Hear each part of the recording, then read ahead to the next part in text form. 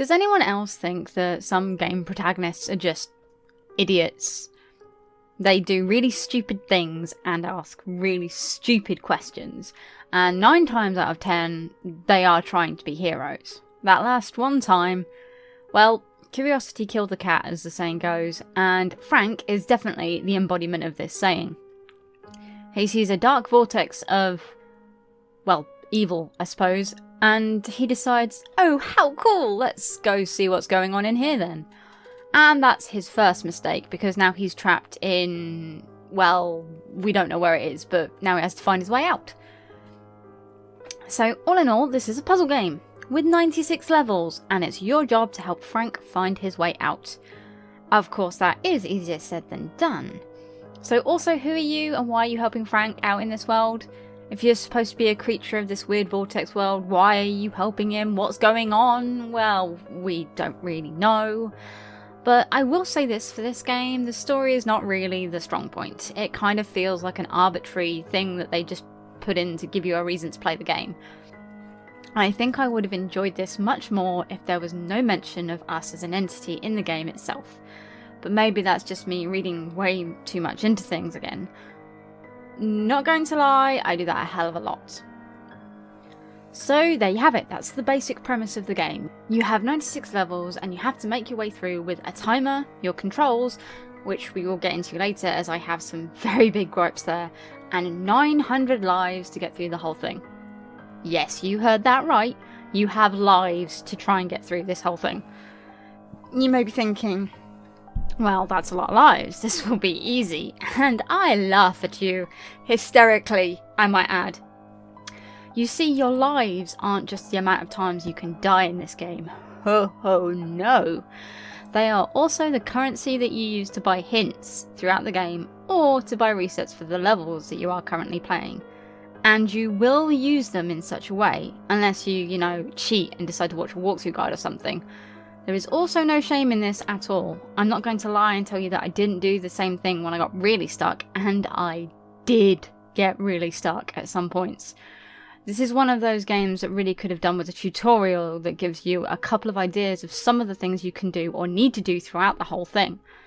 Some of the puzzles are so ingenious and clever that if you didn't know something is available to you, you won't ever be able to figure them out. I mean, you probably will, but not before getting super frustrated. The controls themselves are incredibly basic. Through most of the game, you just use the arrows on the arrow pad to navigate along, with sometimes clicking with the left mouse button and the spacebar.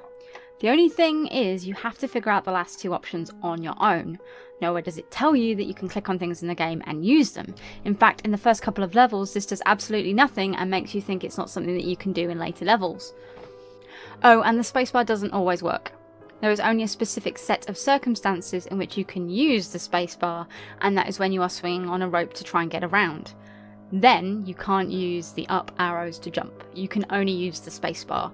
It feels very much like you've been thrown in at the deep end, and while you can swim, you aren't sure if you're facing up or down. Either way, it leads to drowning. Also, while you would think these simple controls would make things very accessible, you would be incorrect. The amount of lives I lost while accidentally running off the edge to only have the same thing happen again and again and again is annoying.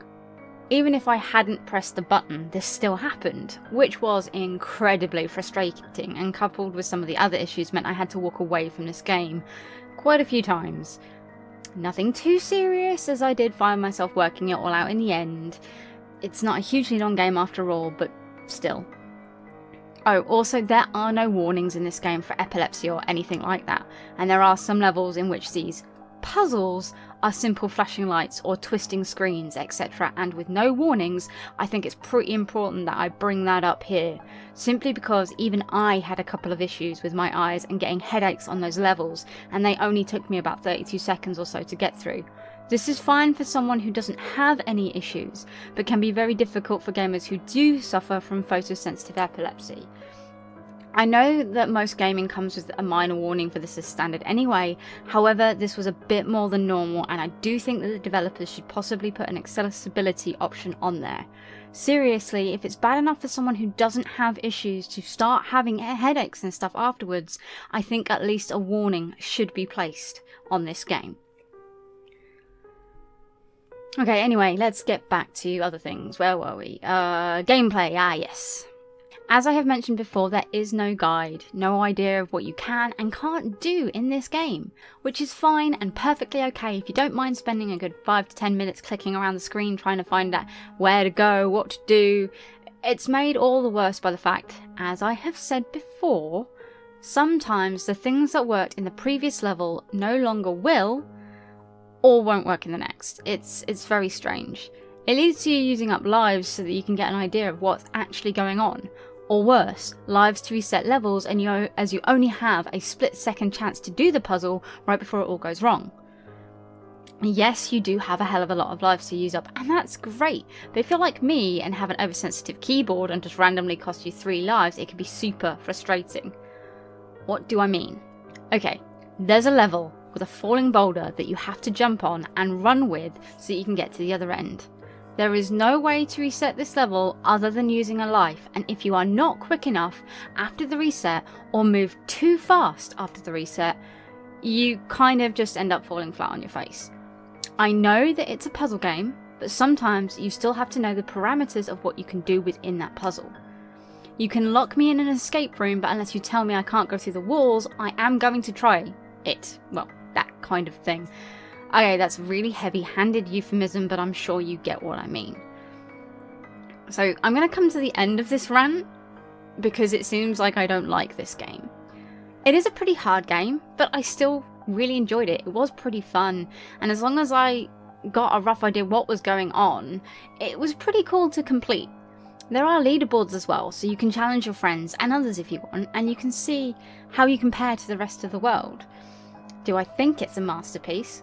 No, I don't. Do I think there are some major improvements that could be done to the game? Yes, I do.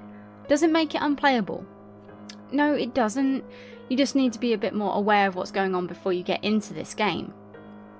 Also, developers need to stop coming up with paper-thin stories behind games. It can just be, this is a fun puzzle game. Go and beat your mates.